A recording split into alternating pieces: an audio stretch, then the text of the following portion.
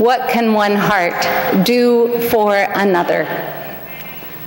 More than we know.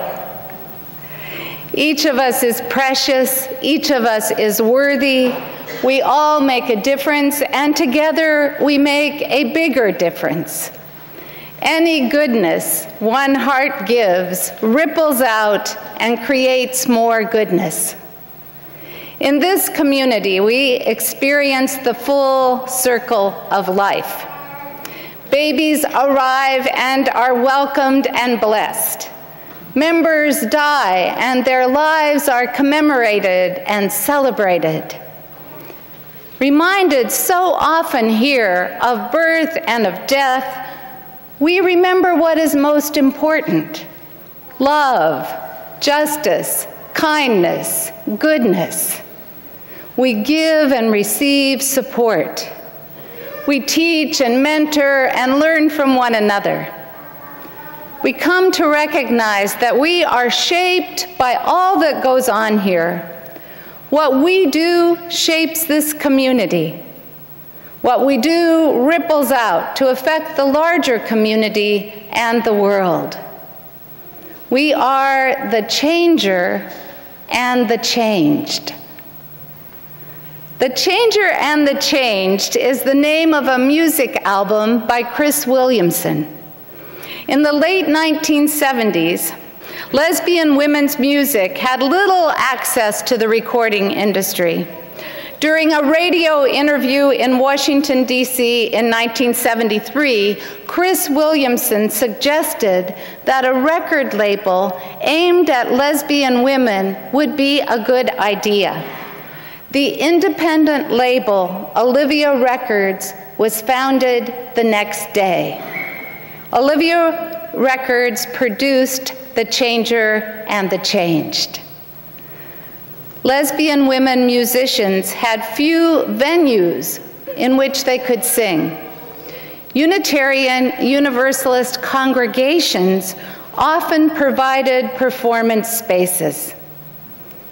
In 1980, I was the mother of 2 young children. Ben was 1 and Sarah was 3. I participated in a continental Unitarian Universalist Women and Religion conference, where I first heard the music of Kay Gardner, Meg Christian, Holly Neer, and Chris Williamson. I was used to religious songs like Faith of Our Fathers and This Is My Father's World. My heart delighted in hearing women's stories sung in worship. I returned home and a member of my congregation invited women to a potluck dinner to hear stories of the conference. Out of that gathering, we formed a women's circle. We read women theologians, created rituals, and told our stories. At home, I played women's music over and over, Sarah and Ben dancing to the songs. This year is the 40th anniversary of Olivia Records. Olivia also founded a cruise line. Olivia celebrates their 40th anniversary with cruises, and on them the programs are led by women activists, comedians, and musicians, featuring Chris Williamson. Our daughter, Sarah, now works for Olivia Cruises. As she left a week ago on a cruise, she sent me a message thanking me for introducing her to women's music. Of course, in the circle of life, it's now Sarah who introduces me to women's music. And Sarah wrote, "Okay, in the complete circle awesomeness of this trip, who do I squeeze into a crowded elevator with but the first woman I ever came out to when I was 16 years old in Salt Lake City. I almost cried, so perfect." The woman is Brenda. When Sarah was 16, Brenda was the religious education director at our UU congregation in Salt Lake City. How fortunate that when Sarah came out as lesbian, it was to her. I've wondered what would have happened to Sarah at 16 if she hadn't been part of a Unitarian Universalist congregation. Brenda offered Sarah a loving, listening presence. This is what one heart can do for another. In 1987, when I was a new minister in Utah, the first wedding in which I presided was for 2 women. Word leaked to the newspaper, and I was interviewed. I thought I would be in for a flood of hate mail. What I was in for was preaching and presiding at scores of gay and lesbian wedding ceremonies. What a joy. At our UU congregation in Salt Lake City, gay, lesbian, and straight people shared their stories. People sharing openly gave others courage to speak. This is what one heart can do for another. Words led to actions. Actions ripple out to the larger community. Members began the first Utah chapter of PFLAG, Parents, Friends, Families of Lesbians and Gays. Members, a high school teacher and a straight male high school student, formed the first gay, lesbian, straight alliance in a Utah school. Gay and lesbian rights and women's rights intertwine. Members led the local chapter of the National Organization for Women, the Rape Crisis Center, and showed up to speak and rally at reproductive choice rallies. Yesterday, I received an email from Brenda. She writes, I had the great pleasure of seeing Sarah at work last week when we went on Olivia's 40th anniversary cruise. Who should be leading various activities but Sarah? What a joy to see how she creates a loving atmosphere for women to grow and dance. She taught us the Billion Women Rising dance and just engaged anyone and everyone to move their bodies and love themselves and their fellow travelers. I was moved to tears, Brenda says. Lots of memories with the women's movement and with our efforts, personal, congregational, and community-wide in Utah.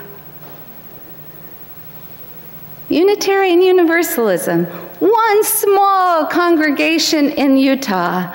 All of you who have rallied and spoken out for women's freedom, all of us play a part in the Valentine's Day Billion Rising dance.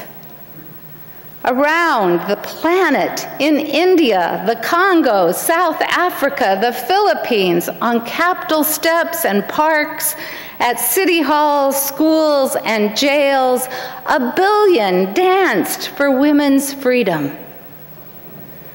At the San Francisco jail, the sheriff, guards, inmates, and visitors danced together to end violence against women. In this dance of life, each of us plays our part. We learn the steps from one another. We change one another, and we are changed. Unitarian Universalism plays our part. We advocate for women's rights, ordaining women, straight and lesbian, and gay men. We explore our sexism and homophobia, making welcoming congregations and standing on the side of love. UU's Standing on the Side of Love campaign promotes marriage equality, and it challenges exclusion based on sexual orientation, gender identity, religion, abilities, class, race, and immigration status. Ripples, women's rights to gay rights to immigrant rights. We continue learning. Some of us have participated in border links, trips to the Arizona and Mexico border, and joined other Unitarian Universalists in Phoenix for a Justice General Assembly. When you walk the harsh desert and hear firsthand about some of the 6,000 deaths confirmed through found remains, your heart aches.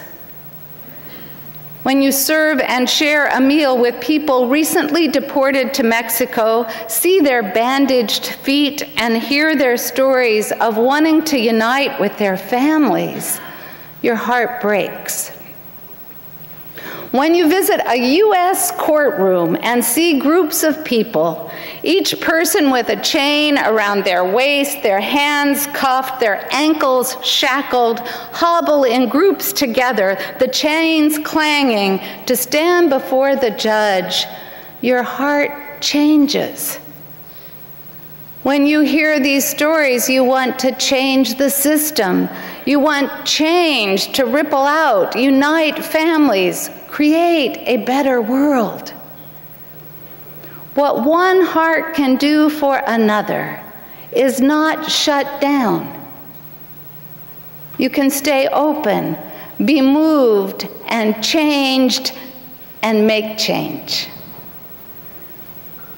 In religious community, we are reminded so often of birth and death, so we know what is important: love, justice, kindness, goodness.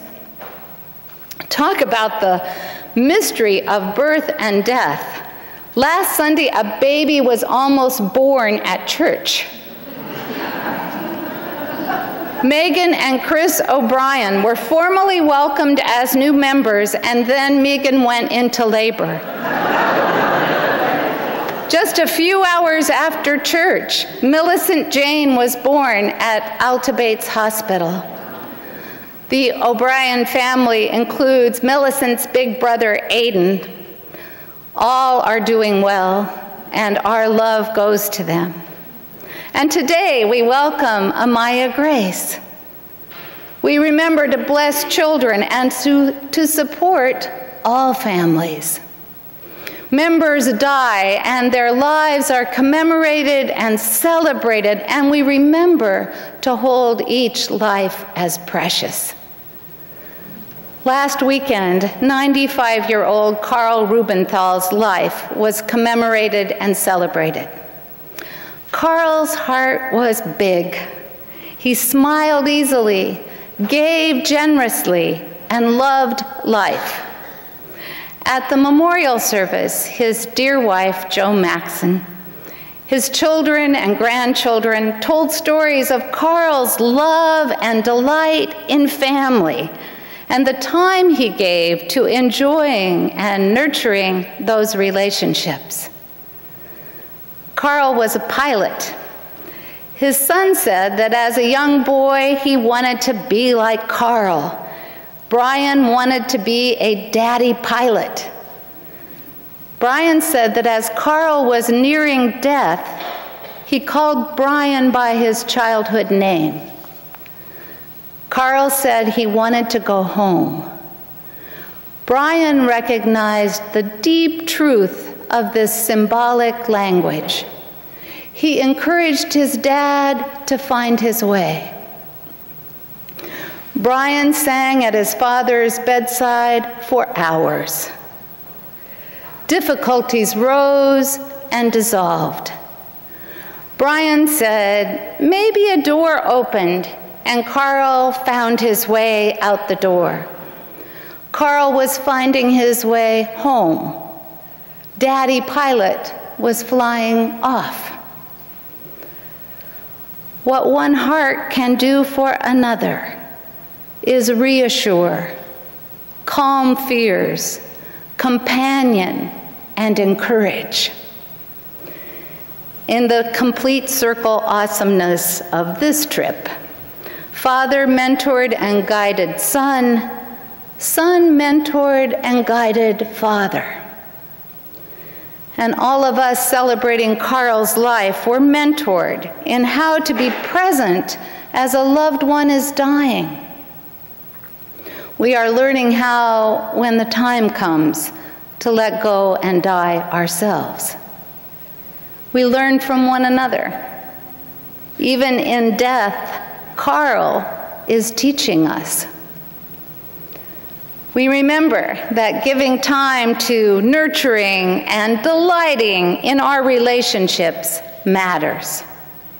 We remember that loved ones are dear. Each one of us is the changer and the changed. No one is too small, too insignificant to make a difference. As the 14th Dalai Lama says, if you think you are too small to make a difference, try sleeping with a mosquito.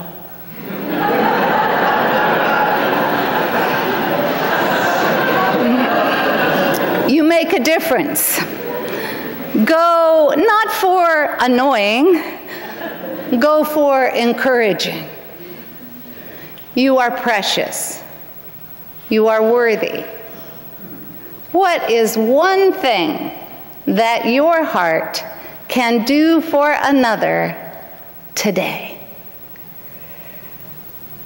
Rebecca Parker, president of Star King School for the Ministry, writes, "Paradise. It's not a place free from suffering or conflict, but paradise is a place in which the Spirit is present and love is possible. This is a place in which the Spirit is present and love is possible. So, welcome to paradise. Together, let us grow to be more grateful, more generous, more loving." Mm-hmm.